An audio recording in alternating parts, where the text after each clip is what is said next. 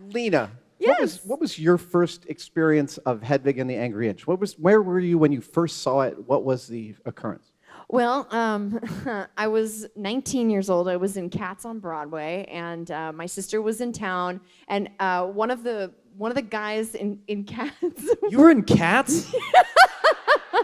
Yeah, they're reviving over it. that. It's insane.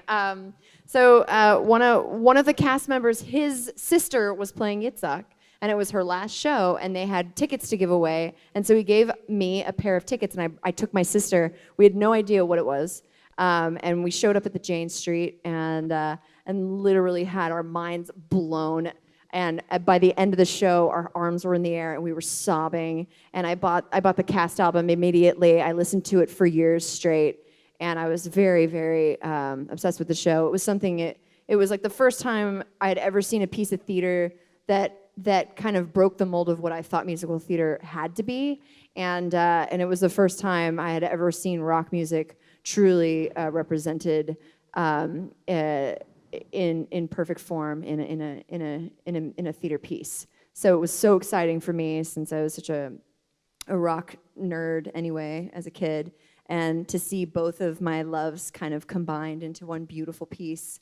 It was so thrilling and exciting, and to this day that cast recording is my favorite. Darren. Mine's not too dissimilar. I mean, I wasn't in Cats, but the reaction of everything is very much the same. I was in high school. I think the film hadn't come out too far from the point that I had gotten hip to the record, but I actually hadn't even seen the film or the show. I just knew one song, which was "The Long Grift," and which is Steven singing on it, actually, if I'm not mistaken. Which is rad, because here we are. That's pretty cool.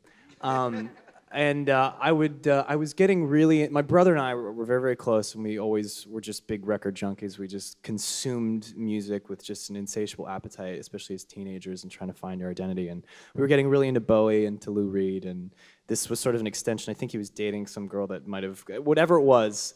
This song made its way onto a mix that he had made, and I was like, this song's amazing. What is this from?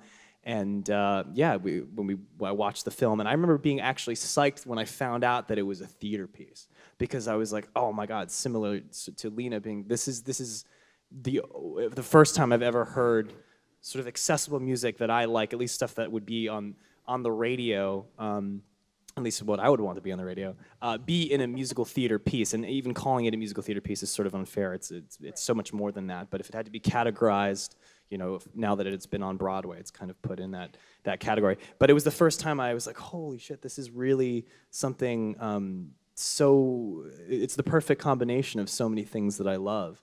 And so it was the music that hit me first. And then when I saw the film, I was just blown away by this. And I just rewatched the film like a week or two ago. It is such a fantastic film. And then I kind of think of the context. It was John's first film, like out of the gate. Just, I mean, there's so many things like that where you guys came together after just doing the show off Broadway, and to make something cross over so well into a film really blew my mind. So hey, you nailed it. Well done. Thank you. But anyway, so that was my first realization where this is so great.